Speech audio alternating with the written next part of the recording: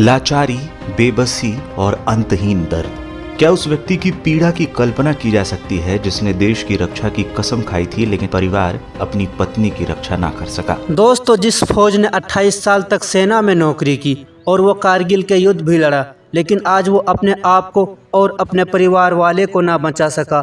दोस्तों, उस फौज ने मणिपुर के उस हालात के बारे में जिक्र किया है। तो चलिए हम इस वीडियो में जानेंगे कि आखिर उनके साथ क्या कुछ हुआ था और उन्होंने क्या कुछ बयान दिया है।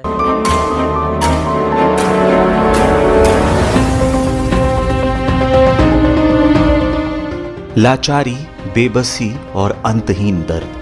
क्या उस व्यक्ति की पीड़ा की कल्पना की जा सकती है जिसने देश की रक्षा की कसम खाई थी लेकिन परिवार अपनी पत्नी की रक्षा ना कर सका। उसकी बेबसी की कल्पना कीजिए जब उसके घर को आग के हवाले कर दिया गया, उसके फसलों को बर्बाद कर दिया गया। उसके दर्द की कल्पना कीजिए जब दरिंदों की भीड़ उसकी पत्नी के कपड़े नोच रहे थे।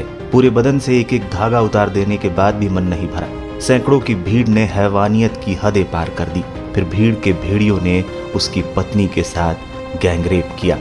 4 मई को हुए इस दिल दहला देने वाले हादसे का वीडियो सामने आया तो सबकी रूह कांप गई। पीड़ित महिला के पति ने जब घटना की आप बीती सुनाई तो सुनने वालों को सहसा यकीन नहीं हो रहा था, क्या ऐसा हो सकता है।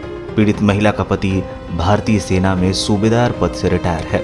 असम रेजिमेंट के सूबेदार के रूप में भारतीय सेना की सेवा कर चुके रिटायर्ड जवान ने बरखा दत्त को दिए इंटरव्यू में उस भयावह दिन की पूरी कहानी सुनाई।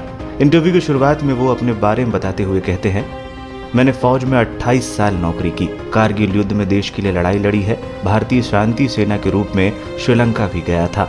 आगे बोलते हुए उन्होंने बताया कि मैं कांगपोकपी जिले का रहने वाला हूँ और उन 2 महिलाओं का जिनका रेप हुआ उनमें से एक मेरी पत्नी है और दूसरी मेरे गाँव की ही एक लड़की है। 3 मई को चूराचांदपुर में एक रैली हुई थी।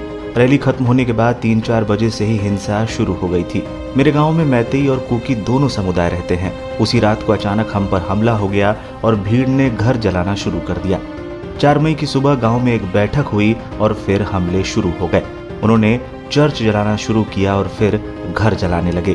भीड़ के हमले से बचने के लिए रिटायर्ड जवान अपनी पत्नी और गाँव के कुछ लोगों के साथ पहाड़ी की ओर भागे थे। उन्होंने बताया, गांव से जान बचाकर भागने के बाद हम लोग एक पहाड़ी में छुप गए थे, लेकिन भीड़ के कुछ लोगों ने हमें देख लिया और हमारा पीछा करते हुए आए और हमें पकड़ लिया। मुझे मेरी पत्नी से अलग कर दिया गया। हजारों की संख्या में लोगों ने हमें घेर रखा था।